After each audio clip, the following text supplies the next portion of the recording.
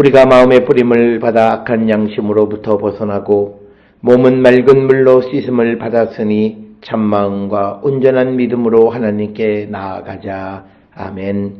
전능하사 천지를 만드신 하나님 아버지를 내가 믿사오며 그 외아들 우리 주 예수 그리스도를 믿사오니 이는 성령으로 잉태하사 동정녀 마리아에게 나시고 본디오 빌라도에게 고난을 받으사 십자가에 못 박혀 죽으시고 장사한 지 사흘 만에 죽은 자 가운데서 다시 살아나시며 하늘에 오르사 전능하신 하나님 우편에 앉아 계시다가 저리로서 산자와 죽은 자를 심판하러 오시리라.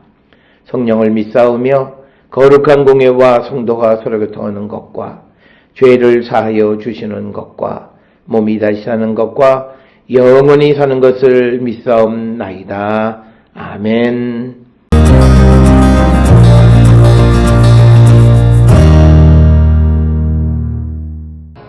이에 예수의 이름이 드러난지라.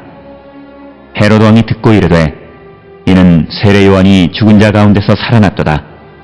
그러므로 이런 능력이 그 속에서 일어나느니라 하고 어떤 이는 그가 엘리야라 하고 또 어떤 이는 그가 선지자니 옛 선지자 중에 하나와 같다 하되 헤롯은 듣고 이르되 내가 목된 요한 그가 살아났다 하더라. 전에 헤롯이 자기가 동생 빌립의 아내 헤로디아에게 장가든 고로 이 여자를 위하여 사람을 보내어 요한을 잡아 옥에 가두었더니 이는 요한이 헤롯에게 말하되 동생의 아내를 취한 것이 옳지 않다 하였습니다.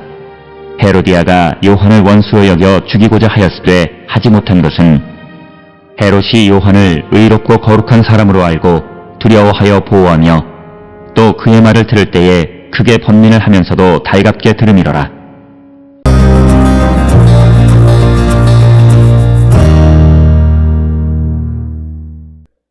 오늘 우리가 함께 읽은 마가복음 6장 14절로부터 20절에 있는 말씀은 이제 세례 요한의 죽음에 대해서 언급하고 있는 14절로부터 29절까지의 이야기 가운데에서 이 헤롯 왕이 어떤 죄책감에 시달리는 그런 모습을 기록하고 있는 14절로부터 20절까지의 말씀이 오늘 읽은 말씀이 되겠습니다.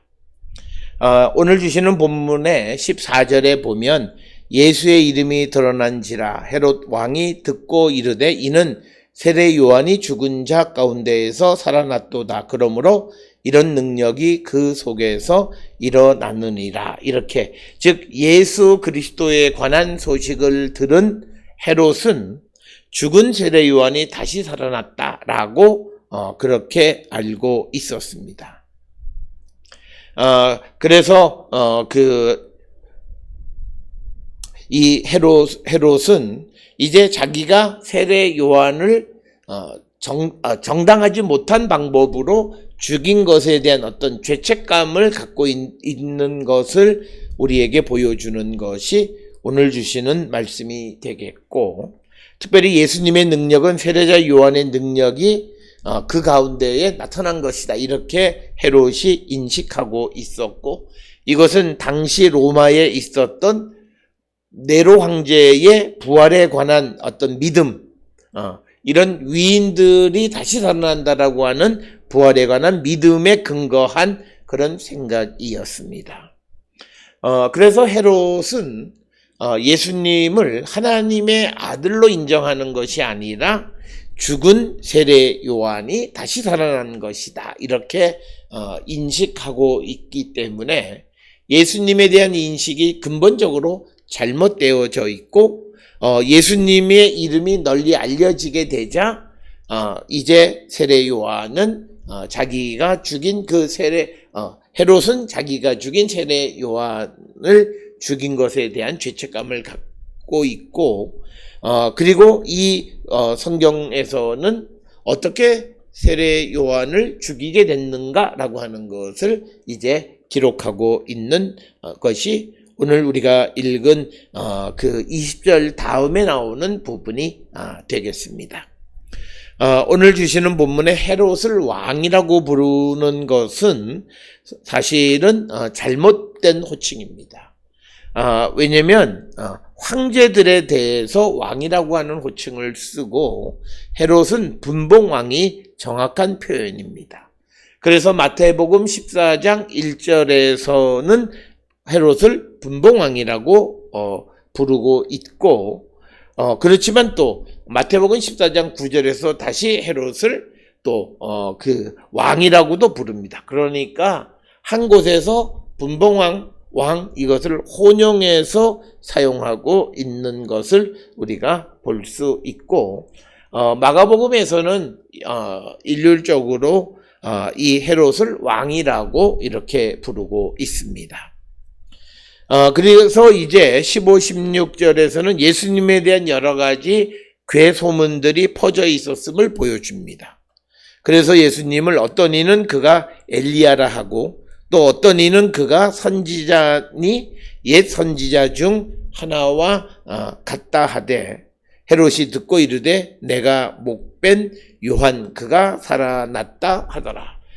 그래서 15절에서 강조하는 것은 예수님을 어떤 이들은 엘리야가 또는 어떤 사람은 선지자 가운데 한 사람이다 이렇게 이야기하고 그리고 요한은 그것과는 전혀 다르게 자기가 죽인 세례 요한이 다시 살아났다 이렇게 이해했다라고 하는 것입니다. 특별히 말라기 4장 5절 6절에 보면 종말의 때에 엘리야가 살아온다라는 그런 이야기가 있습니다.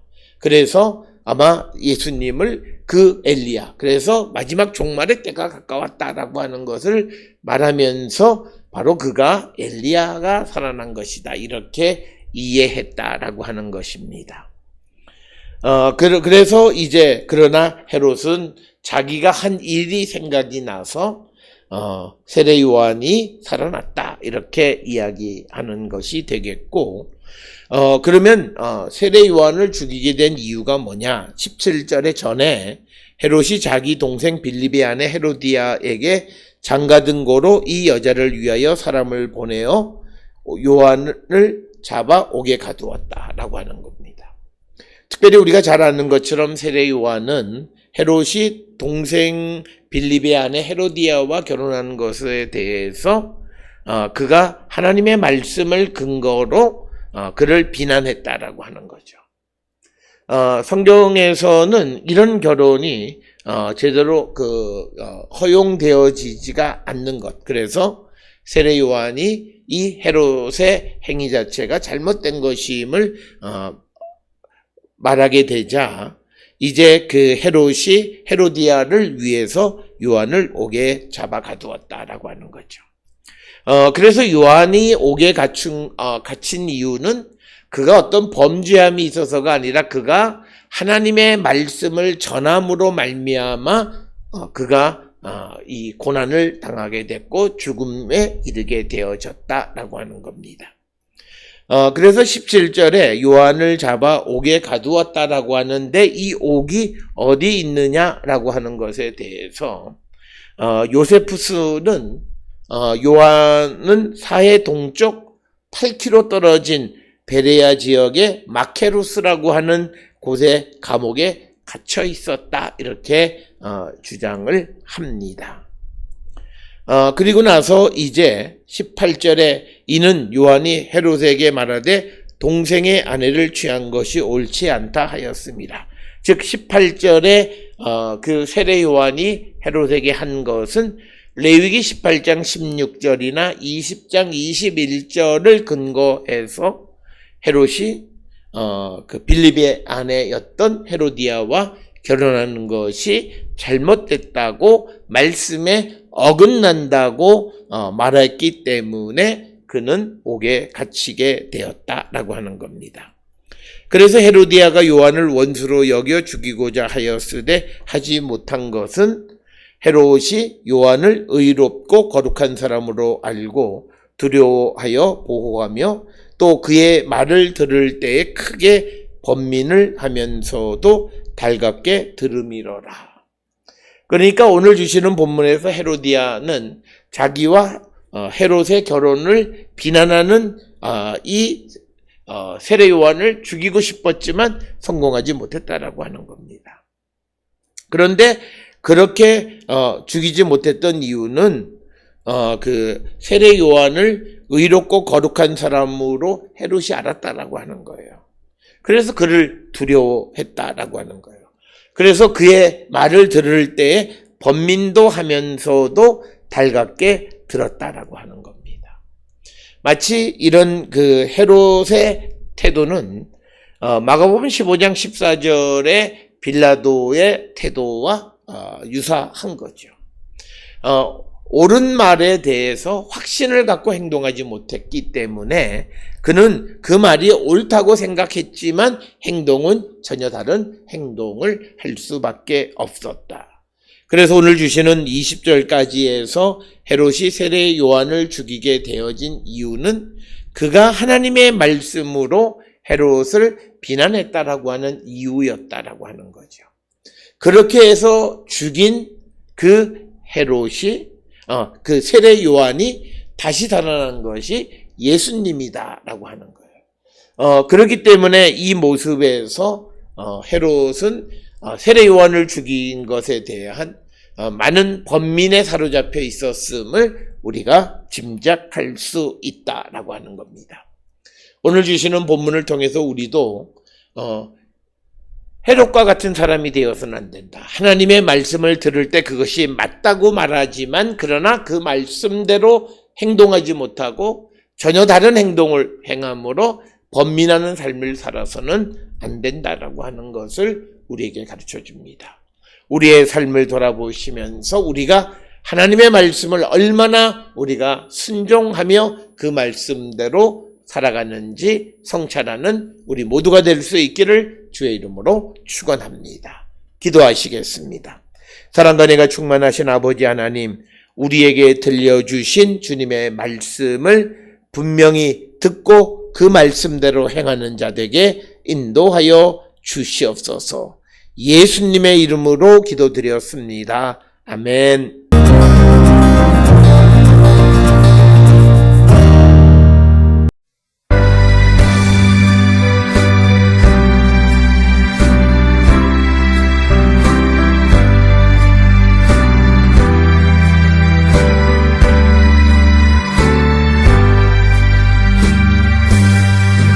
나 같은 죄인 살리신 주 은혜 놀라워 잃었던 생명 찾았고 광명을 얻었네.